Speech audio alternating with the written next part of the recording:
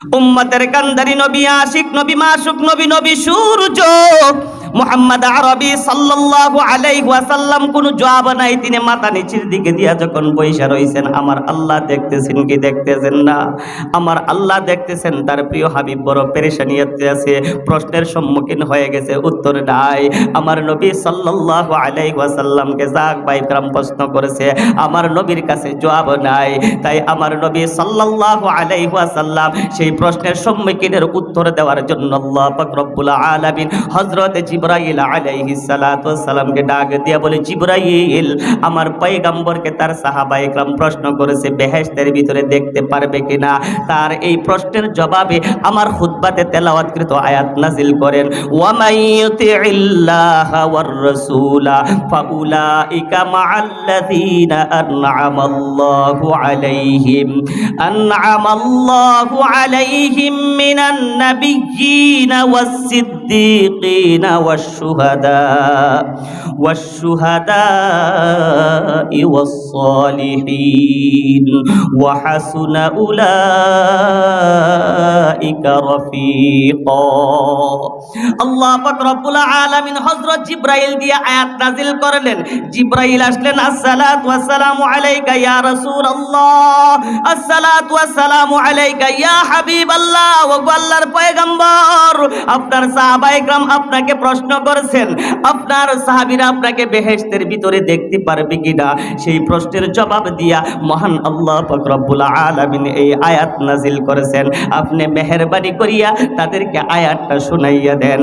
আমার নবী সাল্লাল্লাহু আলাইহি ওয়াসাল্লাম এবার মুস্কি হাসি দিলেন। সাহাবীরা প্রশ্ন করেন, আসসালাতু ওয়াসসালামু আলাইকা ইয়া রাসূলুল্লাহ, আসসালাতু ওয়াসসালামু আলাইকা ইয়া হাবিবাল্লাহ। ওগো আল্লাহর পয়গম্বর, হাসলেন কেন? তার কারণ কি? কারণ কি? আমরা প্রশ্ন করলাম, কোনো জবাব দিলেন না। আমার নবী সাল্লাল্লাহু আলাইহি ওয়াসাল্লাম বলে, ও মায়ার সাহাবায়ে কেরাম, শুনো, এই মুহূর্তে তোমাদের প্রশ্নের উত্তর দিয়া মহান আল্লাহ আয়াত নাযিল করেছে, ওয়া মাইয়ুতিইল্লাহা ওয়ার রাসূলা। নিশ্চয় যেই সমস্ত মানুষগুলি, যেই সমস্ত মানুষেরা আল্লাহ ও তার রাসূলের অনুগত করবে, মহান আল্লাহ পাক রব্বুল আলামিন বলেন বেহেশতের ভিতরে 4টা দলের সাথে তার সাক্ষাৎ ঘটাবে। সাহাবী, তোমরা তো প্রশ্ন করছো যে আমি নবীকে দেখতে পারবে কি না, কিন্তু আল্লাহ তাআলা যত বড়, তার কুদরত তত বড়, আল্লাহ যত বড়, তার দয়া তত বড়, আল্লাহ যত বড়, তার মেহেরবানি তত বড়। তোমরা প্রশ্ন করছো শুধু আমি নবীকে বেহেশতের ভিতরে দেখতে পারবে কিনা, কিন্তু মহান আল্লাহ বলেন, ওয়া মাইয়ুতিইল্লাহা ওয়ার রাসূলা। যদি 2টা কাজ করতে পারো, কয়টা কাজ?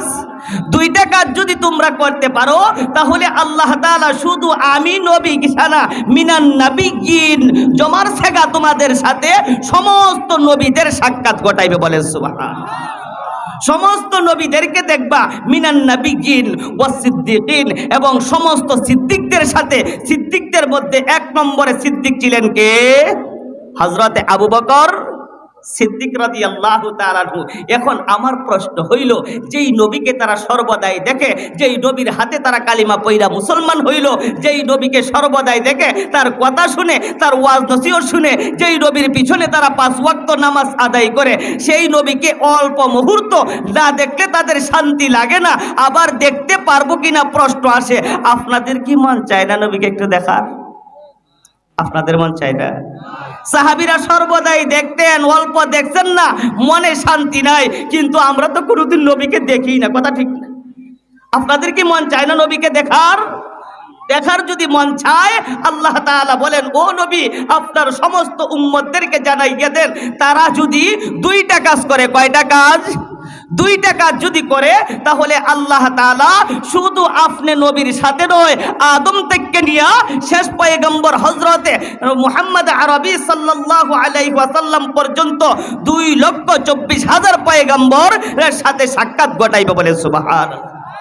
2টা কাজ করতে রাজি আছেন তো? আমার নবী সাল্লাল্লাহু আলাইহি ওয়াসাল্লাম বলেন, ও মায়ার উম্মতের দল, শুধু তোমাদেরকে আমি নবীর সাথে সাক্ষাৎ ঘটাবে না, সমস্ত নবীদেরকেও তোমরা বেহেশতের ভিতরে দেখতে পাইবা। শুধু সমস্ত নবীদেরকে নয়, সমস্ত শহীদদেরকে তোমরা দেখতে পাইবা। সমস্ত শহীদদের মধ্যে 1 নম্বরে শহীদ ছিলেন হযরতে আবু বকর, যেই আবু বকরের কথা আমরা অবশ্যই সবাই জানি, এটা কথা ঠিক কিনা? আল্লাহু আকবার। আবু বকর কেমন ব্যক্তি ছিলেন? আল্লাহু আকবার। দুনিয়ার যত আনন্দ ফুর্তি ভোগ বিলাস, আপনার যত আরাম আয়েশ ছিল, সমস্ত আরাম আয়েশ আমার আল্লাহর এত পাগল ছিলেন হযরতে আবু বকর। সেই হযরতে আবু বকর সমস্ত আল্লাহর সমস্ত সুখ শান্তি আমার আল্লাহর জন্য সব বিলীন করে দিয়েছে, সব কুরবান করে দিয়েছে। সেই আবু বকরের কথা কি আপনাদের আবু বকরের সাথে কি দেখা করতে মন চায় না?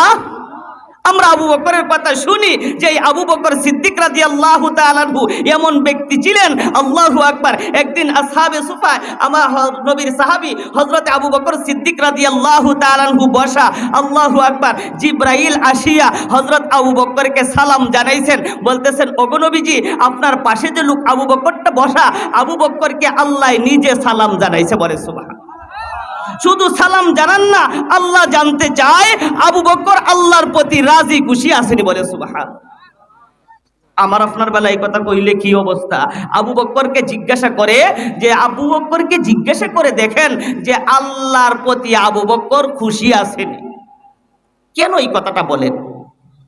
কেন বলেন? আল্লাহর কি পরিমাণ পিয়ারা মাহবুব বান্দা হইলেন হযরত আবু বকর সিদ্দিক। তাহলে একটা এক্সাম্পল আপনারা শুনেন।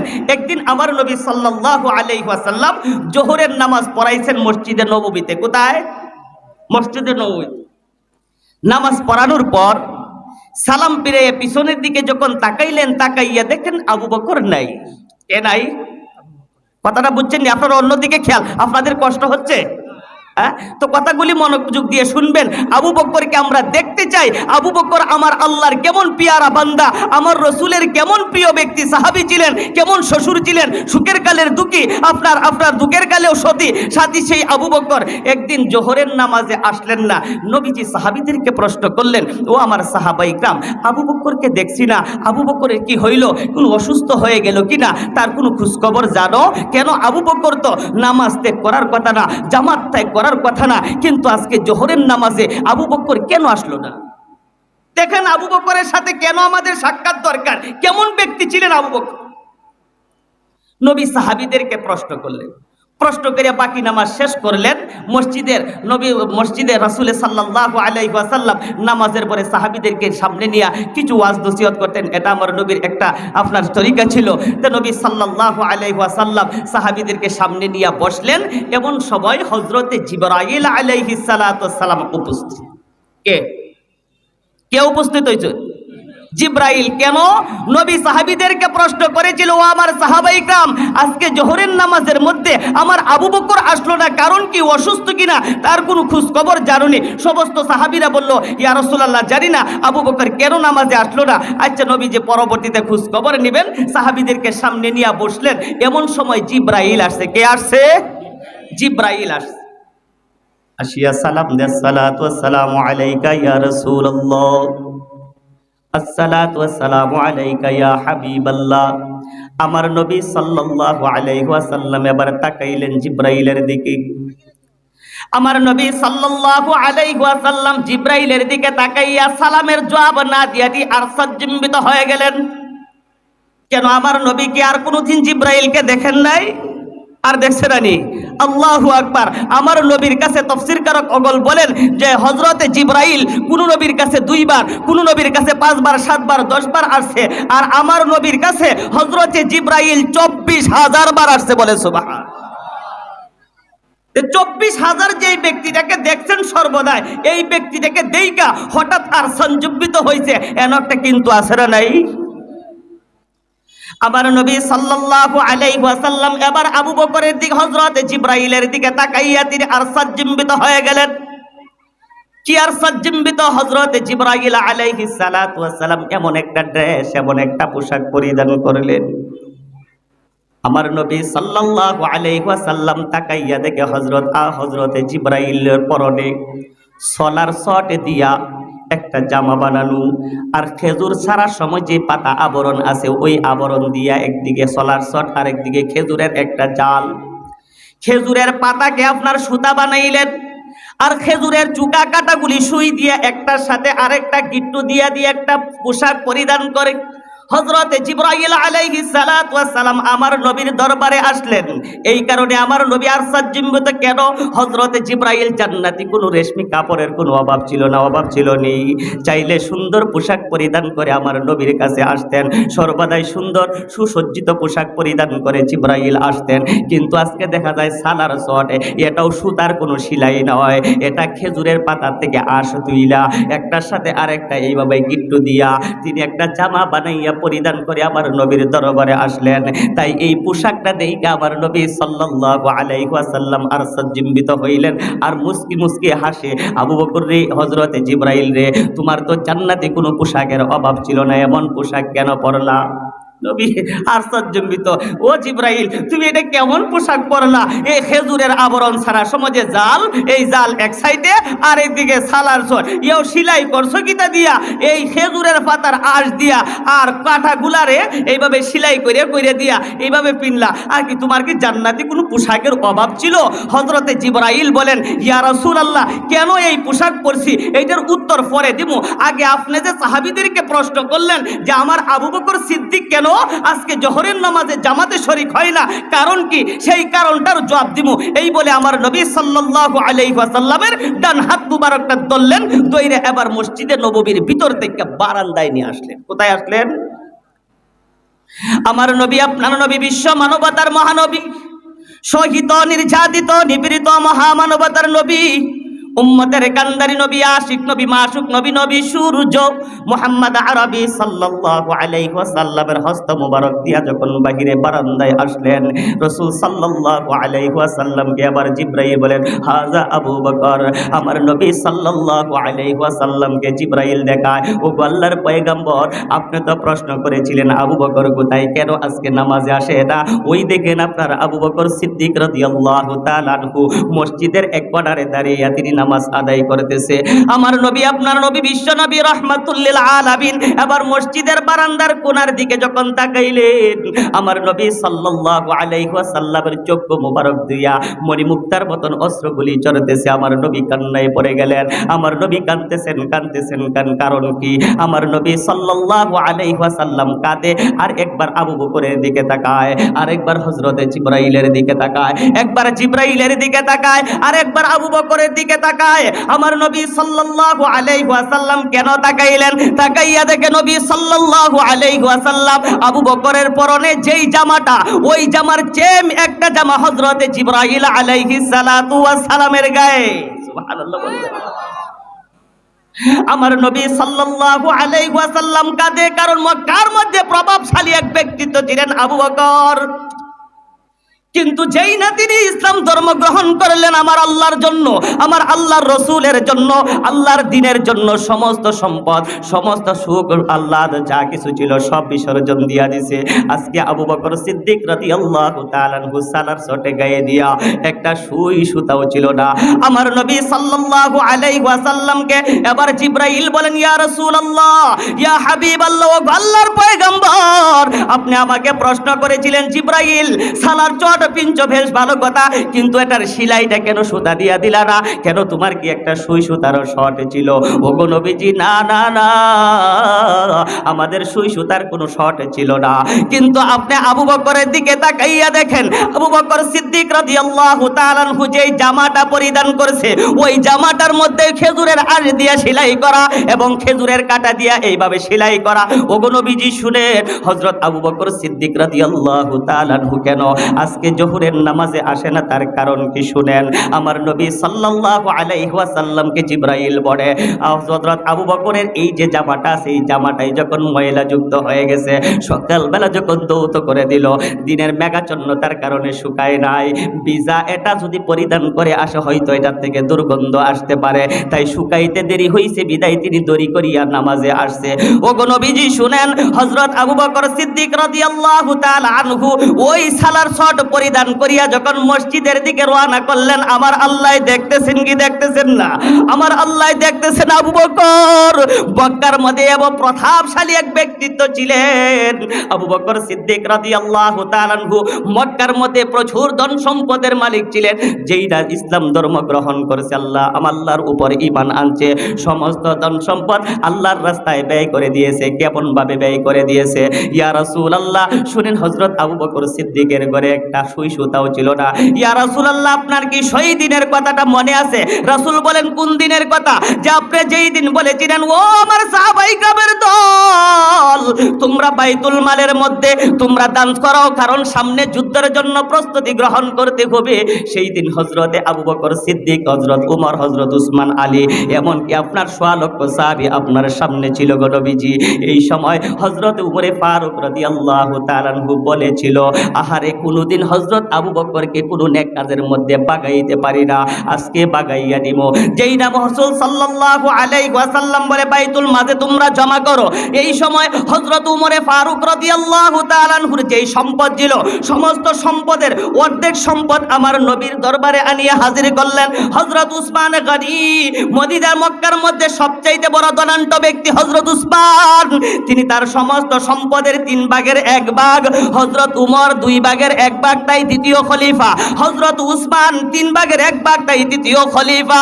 আমার নবী সাল্লাল্লাহু আলাইহি ওয়াসাল্লামকে জিবরাইল বলে, ওগো নবীজি আপনার কি সেই দিনের কথা মনে নাই যেই দিন হযরত উমর অর্ধেক সম্পদ দিয়েছিল, উসমান 3 ভাগের ওইভাবে দিয়েছিল, যার যেই পরিমাণ সমর্থ ছিল সকলেই দিয়েছিল, কিন্তু সেই দিন হযরত আবু বকরের ঘরে কিছুই ছিল না। হযরত আবু বকর সিদ্দিক রাদিয়াল্লাহু তাআলা আনহু বাড়িতে গেলেন। মা আয়েশা সিদ্দিকা রাদিয়াল্লাহু তাআলা আনহার আম্মাকে প্রশ্ন করেন, ও প্রাণের স্ত্রী, হযরতে রাসূল আকরাম সাল্লাল্লাহু আলাইহি ওয়াসাল্লাম বাইতুল মালের জন্য তিনি সাহায্য করার জন্য কথা বলছে, সমস্ত সাহাবায়ে کرام যার যার সামর্থ্য অনুযায়ী দান সদকা করেছি, আমার তো কিছুই নাই, আমি আজকে কি দিব এই নিয়ে আমি বড় পেরেশানিতে আছি। হযরত আয়েশা সিদ্দিকা রাদিয়াল্লাহু তাআলা আনহার আম্মা বলেন, আমাদের ঘরে তো কিছুই নাই, বলেছে যা আছে তাই দিয়ে আমরা আজকে নবীর দরবারে নেব। ও নবীজি আপনার কি মনে নাই সেই দিন হযরত আবু বকর একটা পুরান কাপড়ের টুকরা ছিল, সেটা বিছিয়ে দিয়েছিল, বলছিল ও আয়েশার আম্মা ঘরে যা আছে সবগুলি এখানে রাখো। তখন দেখা গেছে একটা পাত্রের মধ্যে অল্প কিছু আটা ছিল, সেইটি বলছে প্রাণের স্বামী এই আটাটা আছে, বলে যে এটা ডালো, এই জিনিসটা আছে, বলে ডালো। হযরত আবু বকর সিদ্দিক রাদিয়াল্লাহু তাআলা আনহু তার ঘরের কুটুরির কোনায় তাকাইয়া দেখে একটা সুইয়ের গুটি, কি তার গুটি? সুতার গুটি, এটার মধ্যে একটা সুই। রাসূল আকরাম সাল্লাল্লাহু আলাইহি ওয়াসাল্লামের প্রিয় সাহাবী হযরত আবু বকর সিদ্দিক রাদিয়াল্লাহু তাআলা আনহু মা আয়েশা সিদ্দিকার আম্মাকে বলে, প্রাণের স্ত্রী ওই সুতাটা এবং সুইটাও এখানে রাখো। তিনি বলেন, প্রাণের স্বামী এই সুতা সুই দিয়ে কি করা হবে? এটাও যুদ্ধের কোনো কাজে লাগতে পারে, যদি কোনো সাথী ভাইয়ের কোনো জামার মধ্যে কোনো সমস্যা হয়, ছিঁড়ে ফেরে যায়, এই মুহূর্তে সেলাই করা প্রয়োজন হয়, তাহলে আমার এই সুই এবং সুতাটাও কাজে লাগতে পারে। তাই এই দিন সুই সুতাটা পর্যন্ত দিয়া সবগুলি গাড্ডি বান্ধা আমার রাসূল আকরাম সাল্লাল্লাহু আলাইহি ওয়াসাল্লামের দরবারে নিয়ে গেলেন। আমার নবী সাল্লাল্লাহু আলাইহি ওয়াসাল্লাম এবার খুলছেন, খুললা আবু বকরের দিকে তাকাইয়া বলে, আবু বকর ঘরে কি রেখে আসলা? হযরতে আবু বকর কি জবাব দিবেন? ও মুসলমান যুবক ভাই শুনো, আবু বকর কি জবাব দেন? ডাক দিয়া বলে, আসসালাতু ওয়াসসালামু আলাইকা ইয়া রাসূলুল্লাহ, আসসালাতু ওয়াসসালামু আলাইকা ইয়া হাবিবাল্লাহ, ও আল্লাহর পয়গম্বর, আমার ঘরে আল্লাহ এবং আর রাসূলকে রাইখা আছি, এছাড়া আর কোনো কিছুই নাই। আমার আল্লাহ পাক রব্বুল আলামিন জানাইয়া দেন, ও হাবিব আমার, আমি আল্লাহ পাক রব্বুল আলামিন সকলের দানের আগে আবু বকরের দানটাই কবুল করে নিলাম। ও ইয়া রাসূলুল্লাহ, ইয়া হাবিবাল্লাহ, আল্লাহর পয়গম্বর, আপনাকে ওই কথাটাই স্মরণ করাইয়া দেই। সেই দিন একটা সুই আর অল্প সুতা ছিল। হযরত আবু বকর সিদ্দিক রাদিয়াল্লাহু তাআলা আনহু আল্লাহর দ্বীনের জন্য ওই সুই সুতাটা পর্যন্ত দান করে দিয়েছে। আজকে তার শরীরের মধ্যে যেই জামাটা দেখছেন গো নবীজি, ওই জামাটা সেলাই করবার মতন সুই হযরত আবু বকরের ঘরে নাই, একটু সুতা পর্যন্ত নাই। আপনাদের কি মন চায় না সেই আবু বকর সিদ্দিক রাদিয়াল্লাহু তাআলা আনহুর সাথে হাজির হও? মন চায় না? ইয়া রাসূলুল্লাহ, এই যে আপনি যে জামাটা দেখছেন আবু বকর পরিধান করেছে, সুই ছিল না, সুতা ছিল না।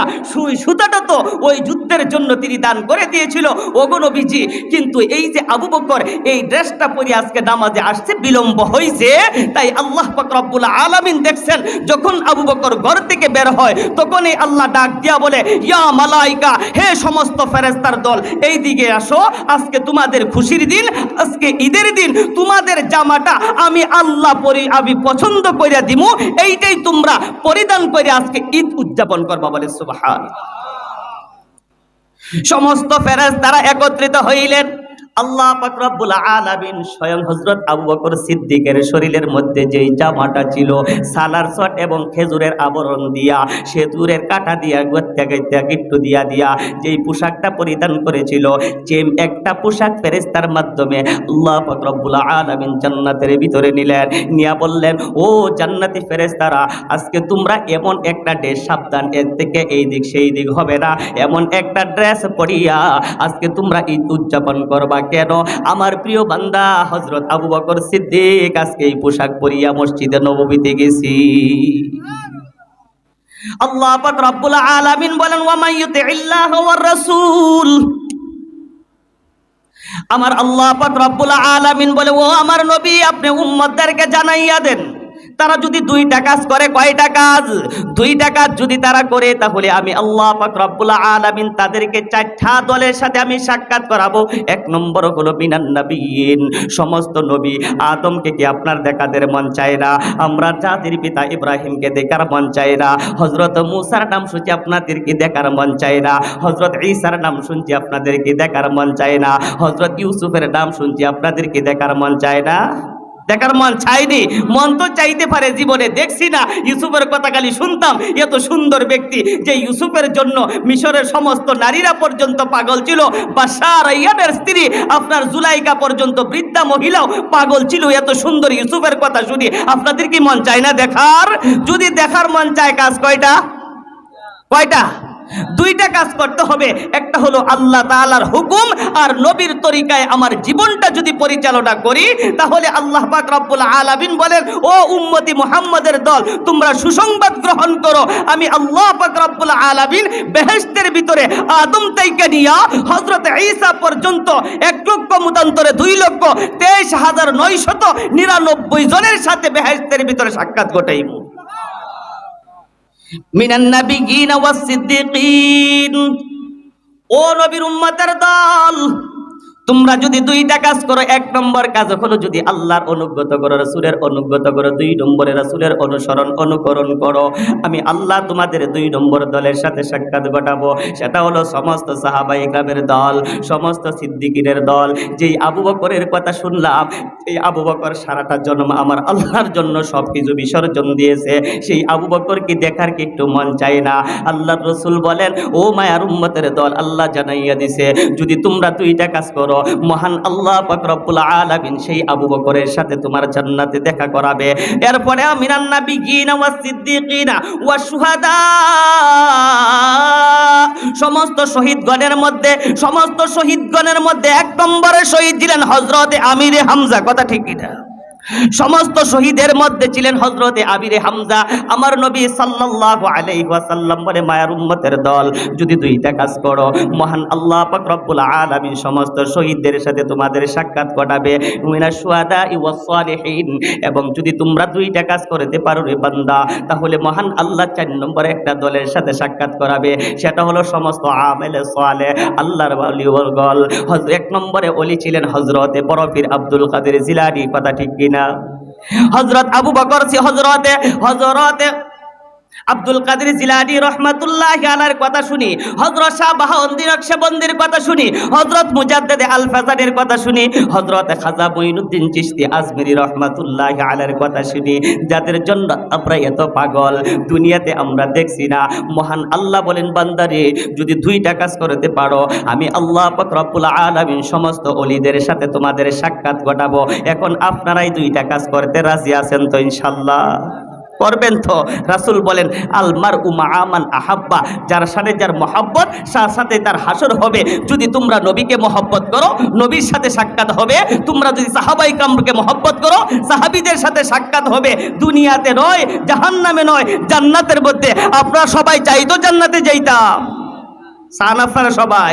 আল্লাহু আকবার। যেই নবীর জন্য সাহাবায়ে কেরাম পাগল, কুল কায়নাত পাগল, সেই নবীকে দেখি নাই, না দেইকা নবীর উপরে ঈমান আনছি।